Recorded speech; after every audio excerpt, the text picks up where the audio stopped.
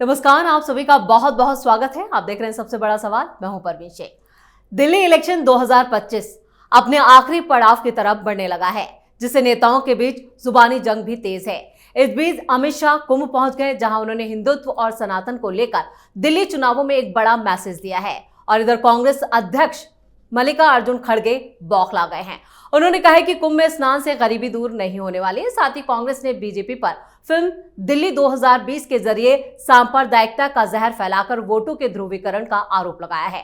कांग्रेस ने चुनाव आयोग से फिल्म की रिलीज टालने की भी मांग की। ऐसे में सबसे बड़ा सवाल यह है कि दिल्ली चुनाव में आपकी गारंटी मास्टर स्ट्रोक या खोखला वादा।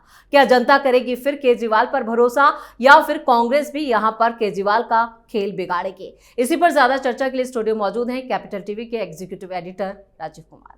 सर, आपका बहुत बहुत स्वागत है। धन्यवाद। एक तरफ केजरीवाल ने दोबारा से नई गारंटी दी है दिल्ली वालों के लिए, तो दूसरी तरफ बीजेपी पूरी ताकत के साथ केजरीवाल को घेर रही है। क्या इस बार चुनावों में केजरीवाल पर फिर भरोसा करेगी दिल्ली की जनता? देखिए, अभी तक क्या हो रहा है और अभी क्या चल रहा है, ये समझा जा सकता है। आगे क्या होगा, इसको आगे के लिए छोड़ दिया जाना चाहिए, क्योंकि चुनाव में हर दूसरे तीसरे दिन नया मोड़ आता है और एक मुद्दा ऐसा हो सकता है कि पूरे चुनाव को बदल कर रख दे। चाहे भारतीय जनता पार्टी उसे उठा ले, या फिर आम आदमी पार्टी के हाथों में कोई हथियार आ जाए, या कांग्रेस बीच में एंट्री ले और फिर प्रियंका वाड्रा, राहुल गांधी और पूरी अपनी टीम जैसे मऊ में जाकर ये अपने सारे सांसदों, विधायकों, 150 विधायक लेकर पहुंच गए। वहां 4-4 मुख्यमंत्री हैं, इनके राज्यों के 8-10 मंत्री हैं, ये CWC के सारे 25-25 मेंबर हैं। राजस्थान से लेकर मध्य प्रदेश, उत्तर प्रदेश, बिहार और कर्नाटक, तेलंगाना तक के नेताओं की भीड़ इकट्ठा कर ली, तो हो सकता है वहां से मऊ से उठकर यहां दिल्ली में ही वो पूरा पड़ाव डाल दे। प्रियंका वाड्रा भी उतर जाए, राहुल गांधी भी उतर जाए। तो अंतिम समय में क्या क्या हो सकता है, वो तो आगे का जो भी रणनीति इनकी होगी और लोगों का रिएक्शन होगा, उस पर निर्भर करता है। लेकिन अभी क्या चल रहा है जी, अभी स्थितियां किसके पक्ष में जा रही है, वो इनके बातों से, ये जो दावे कर रहे हैं उससे, घोषणाओं से और अलग अलग पार्टियों के कॉन्फिडेंस लेवल से पता चलता है। आम आदमी पार्टी जो कि अभी सत्ता में है, जिनको सत्ता बरकरार रखना है, जिसे लोगों के दिमाग में डालना है कि परिवर्तन की जो बात की जा रही है उसमें सच्चाई नहीं है, हमें परिवर्तन नहीं चाहिए, जैसा चल रहा है दिल्ली में वो बेहतर व्यवस्था है। चाहे प्रशासन के लेवल पर हो, या मुफ्त की योजनाएं चल रही है, या दिल्ली में जो विकास के काम हो रहे हैं, या इनका जो हेल्थ मॉडल है, एजुकेशन मॉडल है, ये सब जितने चल रहे हैं वो सब बहुत बेहतर स्थिति में है। और केजरीवाल का पूरा एजेंडा इसी बात पर है कि लोगों के दिमाग में ये जो अभी परिवर्तन चल रहा है जी, उसको परिवर्तित करके ये बताएं कि दिल्ली से बेहतर व्यवस्था किसी और राज्य में नहीं है, क्योंकि सबसे ज्यादा राज्यों में सरकार भारतीय जनता पार्टी के है और उसके बाद कांग्रेस की है। तो उन राज्यों में इससे बेहतर व्यवस्था नहीं है, तो यहां ये लोग कैसे व्यवस्था बदल सकते हैं, ये कैसे बेहतर व्यवस्था दे सकते हैं? इसलिए अरविंद केजरीवाल उसी मोड में चल रहा है। लेकिन समस्या क्या हो रही है? समस्या अरविंद केजरीवाल के फीडबैक के लिए है। बौखलाहट अंदर से इसी बात के लिए है कि अब तक, क्योंकि ये केजरीवाल की पार्टी सर्वे पर बहुत ज्यादा ध्यान देती है, फीडबैक इनके पहले भी रहे थे। पहले के चुनावों में देखिए, हर रोज अरविंद केजरीवाल की पार्टी के सर्वे आया करते थे। 2020 में, 2015 में अरविंद केजरीवाल की टीम चाहे तो कहेगा कि ऑनलाइन सर्वे में पता चला, हमारे पार्टी के लोगों से मिलने आ रहा है। अरविंद केजरीवाल पहले बोला करते थे, चांदनी चौक से लोग आए और उन्होंने हमें बताया कि देखिए, अरविंद केजरीवाल जिससे बेहतर कोई लीडर नहीं हो सकता, तो भारतीय जनता पार्टी ने हमारे साथ धोखा किया, व्यापारियों के साथ धोखा किया है, हम आपको सपोर्ट करेंगे। ये झूठ फरेब की केजरीवाल स्टाइल ऑफ पॉलिटिक्स चलती रहती थी। लेकिन इस बार अरविंद केजरीवाल ऐसा नहीं कह रहा। उससे पूछा भी जाता है कितनी सीटें, नहीं बताता, नहीं हम सरकार बना लेंगे। तो सरकार बना लेंगे, कितनी सीटें? 36 में सरकार बन जाती है। फिर भी वो ये नहीं कहता नहीं नहीं हो जाएगा, हम बहुमत की तरफ बढ़ रहे हैं। ये नहीं कहता कि हम 40 सीट 45 सीट, क्योंकि बार बार उस अरविंद केजरीवाल से पूछा जाता है कि भाई 67 सीटें 62 सीटें तो अब घट के क्या 50 के आसपास में रह जाएंगे या 50 ला पाएंगे, कॉन्फिडेंस नहीं है। क्यों? क्योंकि फीडबैक आ रहा है। इन्होंने एक एजेंसी हायर की है, ये प्रशांत किशोर की एजेंसी आईपैक जी, और वो अभी तक दिल्ली चुनाव में उसकी क्या भूमिका रही, अगर पर्दे के सामने से देखें तो इस चुनाव में जैसे कहीं भी चुनाव होता है तो आईपैक की 2-3 भूमिकाएं होती है। जो उस राज्य के किसी पार्टी के साथ वो जुड़ता है तो करोड़ों में पैसा लेता है। ये प्रशांत किशोर खुद कह चुके हैं कि 100 करोड़ रुपए मिलता है इनको किसी राज्य में किसी राजनीतिक पार्टी को चुनाव जिताने के लिए। तो ये 100 करोड़ रुपया 50 करोड़ रुपया दिल्ली में कुछ कम पैसे लिए होंगे, छोटा जगह है, छोटी सी जगह है और 70 ही विधानसभा क्षेत्र है, लेकिन फिर भी 150 करोड़ का आंकड़ा तो उन लोगों ने भी पार कर लिया होगा। तो इनकी भूमिका हर स्टेट में क्या होती है? कुछ नई योजनाएं, जैसे पश्चिम बंगाल में चुनाव प्रचार के दौरान इन लोगों ने कुछ इनोवेटिव तरीके अपनाए। दीदी आपके द्वार, घर घर में दीदी के लोग जाएंगे और दीदी की बात करेंगे कि दीदी आपके द्वार पर है, मतलब हर जगह हर चीजें आपके पास पहुंच जाएगी। जो एंटी इनकम्बेंसी चल रहा है उसको भूल जाएं, क्योंकि अब दीदी ने स्ट्रेटजी बदल ली है।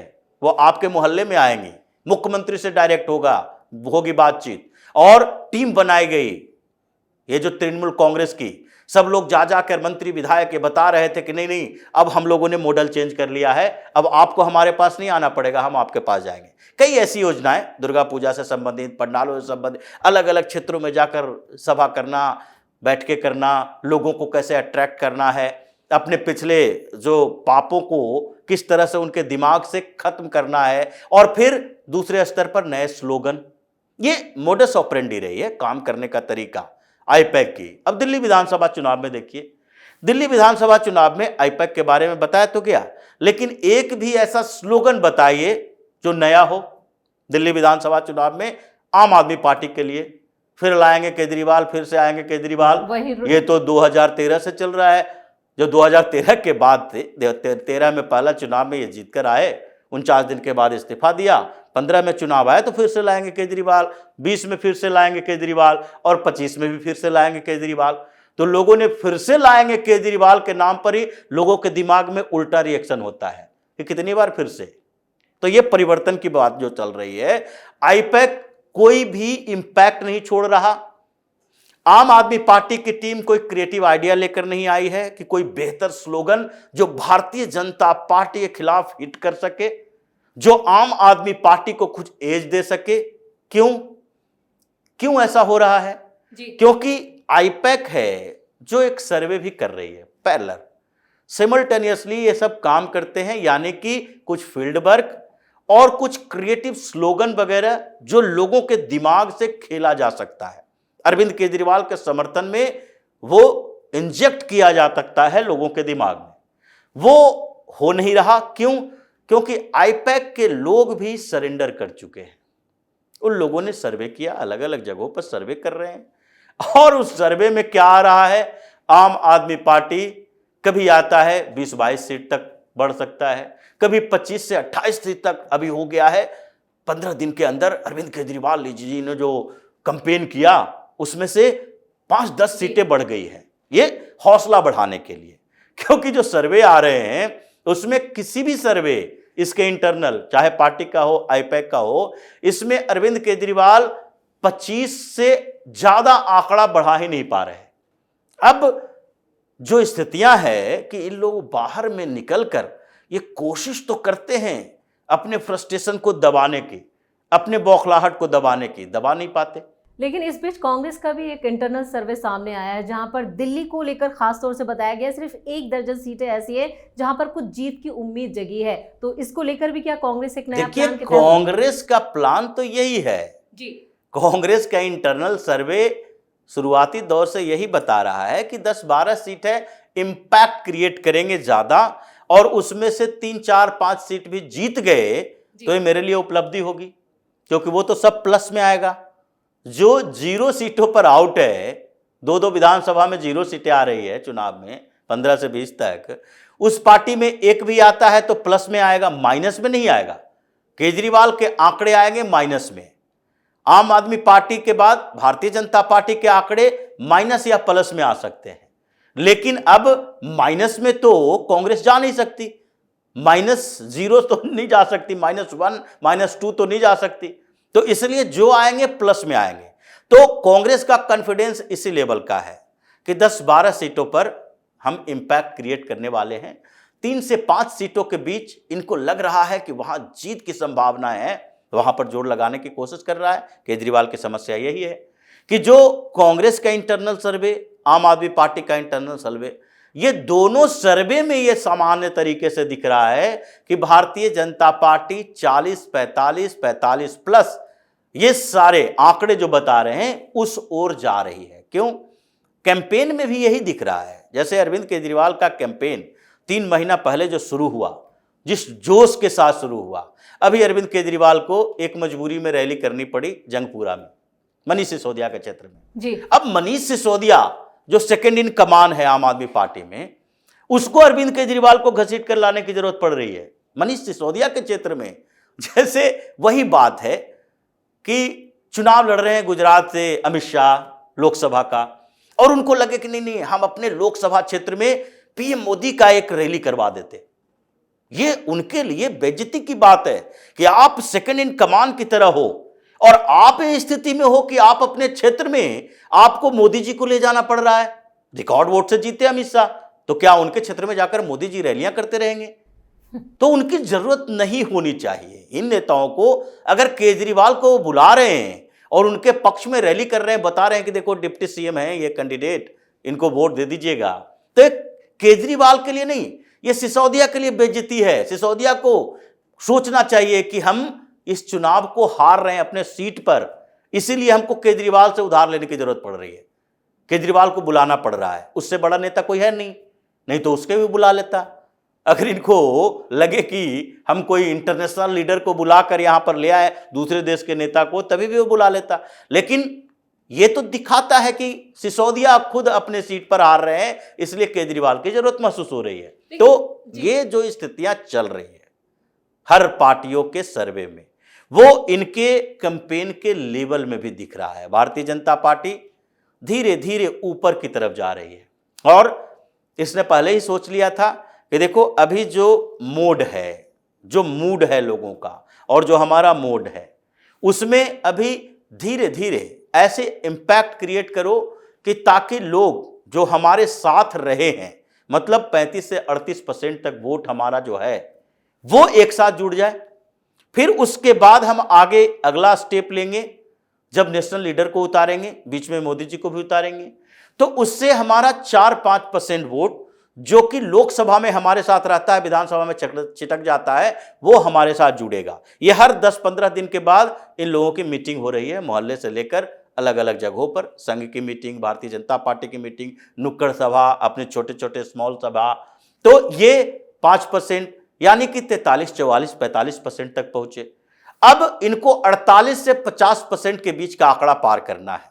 तो इसलिए लास्ट समय में ये पूरी ताकत लगाएंगे 2-3% उन लोगों को पकड़ने में जो लोग अभी तक मूड नहीं बना पा रहे कि भारतीय जनता पार्टी या फिर आम आदमी पार्टी, भारतीय जनता पार्टी या आम आदमी पार्टी, वो अभी कंफ्यूज हैं थोड़े बहुत।